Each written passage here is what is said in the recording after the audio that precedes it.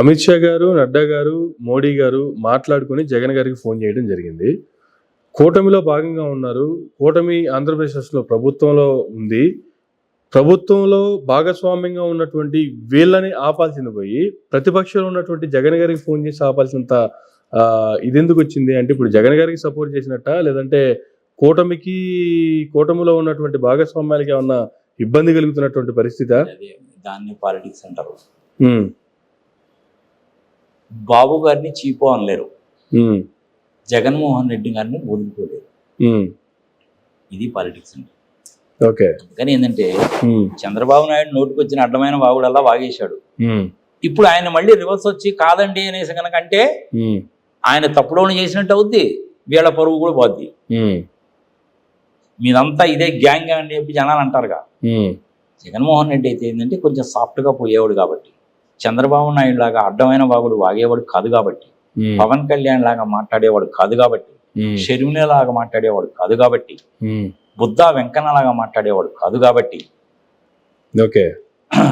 అట్లే మనం ఇంకో లాయర్ ఇంకొక ఆయన ఉన్నాడు కదా, వేరేదైనా టక్మన్ పట్టావి, హ్మ్.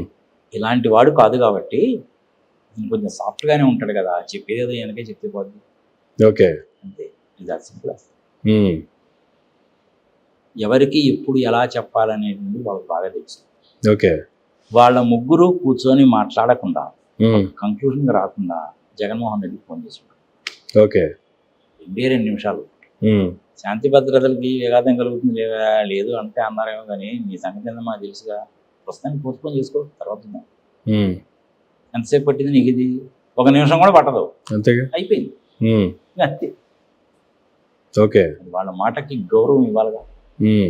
దానికి కూడా జనాలు ఏమంటారంటే, నిజంగా మోడీ అని అమిత్ షా అటు ఎందుకు చెప్తారండి, ఏనే వాళ్ళకి ఫోన్ చేసి ఉంటాడండి, హ్మ్. ఏం చేయమంటారని అడుగుంటారండి, హ్మ్. ఈయనకు ఉండేంటి భయం, ఈయనకు ఉందండి, ఈయన మీద కేసులు ఉన్నాయి కదండి, హ్మ్. అందుకని చెప్పి ఈయన ఉంటాడండి, హ్మ్. వాళ్ళు చెప్పినట్టు ఈయన చేరాల్సిందండి, లేకపోతే కేసులు దొరుకుతారేమన్నా జగన్మోహన్ రెడ్డికి భయం అండి అంటే, ఆ జగన్మోహన్ రెడ్డి కేసులు ఏందా నాకు అర్థం కదా. అయితే ఆల్మోస్ట్ అది కురికి వచ్చినాయి. అవును. 1500 కోట్ల రూపాయలకి ఎక్స్ప్లెనేషన్ చెప్పలేదు, హ్మ్. ఇదే జడి లక్షణాలు అని చెప్పింది. అవును. అంతకుముందు అంతా 1,00,00,000 కోట్లు అని అదే పనికి దుష్ప్రచారాలు చేశారు కదా ఇద్దరు ఉన్నవాళ్ళందరూ. హ్మ్. ఎప్పుడైతే ఆయన ఆ మాట చెప్పాడో అన్నం మానేశారు. హ్మ్. ఇప్పుడు దాని వ్యవహారం ఏంటి అంటే ఆల్మోస్ట్ ఇంకొక 300 crores ఏమో ఎక్స్ప్లెనేషన్, దానికి సంబంధించిన డాక్యుమెంటేషన్ చూపిస్తే కేసు క్లోజ్. అవును. ఇది చేసే దిక్కుమాల ప్రచారాలన్నీ అలాగే ఉంటాయి. హ్మ్. హ్మ్. కానీ ఆల్రెడీ చెప్పా, సార్. ఇలాంటి మాటలు ఏవి నమ్మకండి. హ్మ్. పైన భగవంతుడు అనేవాడు ఉంటాడు, ఆయనే మనల్ని పరిరక్షిస్తాడు, ఆయనే మనల్ని సంగతి చూసుకుంటాడు. నువ్వు తప్పు చేసావా ఒప్పు చేసావా అనేటువంటిది నీ అంతరాత్మకి తెలిసినంతగా ఎవరికీ తెలియదు. తర్వాత తెలిసిన వ్యక్తి ఎవరంటే భగవంతుడు ఒకడే. హ్మ్. నువ్వు చేస్తున్నది తప్పని సంగతి నీకు తెలియదా? చంద్రబాబు నాయుడు తెలియదు అనుకుంటున్నాం, ఏంది ఆయన తెలుసు. హ్మ్. మరి ఎందుకు చేశాడా అంటే పాలిటిక్స్. హ్మ్.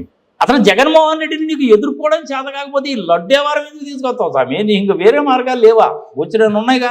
హ్మ్. నీ ఫెయిల్యూర్ అక్కడ కనపడతా ఉంది. ఆ ఫెయిల్యూర్ని జనాలు ఎక్కడ అడుగుతారో అని చెప్పి ఇది తీసుకొస్తావు. హ్మ్.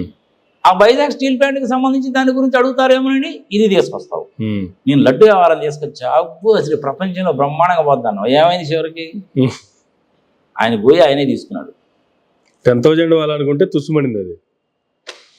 కానీ పైన భగవంతుడి మీద నమ్మకం ఉంటే భగవంతుడిని నమ్ముకో, తప్పులేదు. హ్మ్. నన్ను నువ్వు అడగచ్చు పర్సనల్గా, మరి జగన్మోహన్ రెడ్డి ఏం చేస్తే బాగుంటుందని. ప్రస్తుత పరిస్థితుల్లో వెళ్ళొద్దు. హ్మ్. ఇదంతా కూల్ డౌన్ అయిన తర్వాత సుబ్రహ్మణ్య స్వామి గారితో పాటు ఇంకో 4-5 కూడా సుప్రీంకోర్టులో పెట్టారు కాబట్టి వాటన్నింటినీ కన్సాలిడేట్ చేసి ట్యాగ్ చేసి విచారణ మొదలు పెడతాం. ఆ విచారణ మొదలుపెట్టినటువంటి సమయంలో నువ్వు వెళ్ళు. ఓకే. డిక్లరేషన్ మీద సైన్ చేయాలి అంటే నువ్వు క్రిస్టియన్ అని చెప్పి ఆల్రెడీ ఒప్పుకున్నా కూడా డిక్లరేషన్ మీద సైన్ చేయి. అబ్దుల్ కలాం గారి కంటే చేసినప్పుడు నీకు చేయడానికి ఏమైంది? తప్పలేదు, చెయ్యి అంటాను నేను. దానికి జగన్మోహన్ రెడ్డి నువ్వు వైఎస్ఆర్సీపీ వాళ్ళు ఏమంటారు, ఇంతకుముందు అడగలేదు ఏంటంటే ఇప్పుడు అడుగుతున్నారన్నారు. అంతకుముందు అడగలేదేమయ్యా, మీ నాన్న కూడా అడగలేదు. చేసినంత మాత్రాన నీకు నష్టమేముంది? నువ్వే చెప్పావు కదా, నా మతం అనేటువంటిది క్రిస్టియానిటీ, నేను ఇంట్లో బైబుల్ చదువుకుంటాను, మానవత్వం అనేటువంటిది బయటికి వచ్చినప్పుడు నా మతం అని చెప్పావు కదా, చాలు. ఇంకేంది అంతకంటే? నేనే ఉన్నానబ్బా, నేను కూడా వాటికన్ సిటీకి వెళ్ళాను. సరే, నా రంగు చూసి నేను ఏదో యూరోపియన్ అనుకుంటారో నన్ను అడగకపోవచ్చు. చూడడానికి వెళ్తే నన్ను క్రిస్టియన్ అయినా అనుకుంటారు, అనుకో, నాకేం అభ్యంతరం లేదు. కానీ లోపలికి వెళ్ళేటప్పుడు నీ పాస్పోర్ట్ ఏది సంగతి సంవత్సరం అని అడిగారనుకో, ఐడెంటిటీ అడిగారనుకో, నేను చూపించానంటే ఇండియన్ అన్న సంగతి తెలుస్తుందా లేదా? అంతేగా. మీ మతం ఏదండి అనేసి అంటే హిందూ మతం అండి అని చెప్పుకుంటాను. ఉమ్, మీకు ఈ టెంపుల్లోకి రావడానికి అధికారం లేదండి అని నాకు తెలిసినంత వరకు ఇంతవరకు ఎక్కడ కూడా చర్చెస్లో ఆ విధంగా అనలేదు. ఓకే. ఒకవేళ రేపు జెరూసలంలో అడిగారనుకో, అన్నారనుకోండి, ఉమ్, గర్వంగా రాస్తాను, I am an Hindu um, but I came to see Jesus. Um. తప్పేముందా? Yes sir. ఇంతకంటే నీకు ఇంకేమైనా డీటెయిల్స్ కావాలా? Right sir. Thank you sir. Thank you very much sir. ఇదండి జగన్మోహన్ రెడ్డి గారి ప్రెస్ మీట్కి సంబంధించి కావచ్చు, చంద్రబాబు నాయుడు గారు దానికి వివరణ ఇస్తూ పెట్టినటువంటి ప్రెస్ మీట్కి సంబంధించి కావచ్చు, నాగార్జున రెడ్డి గారి వివరణ. ఇది ఈనాటి ఇంటర్వ్యూ. మరొక ఇంటర్వ్యూలో మళ్ళీ కలుద్దాం. చూస్తున్నానండి మైరా మీడియా.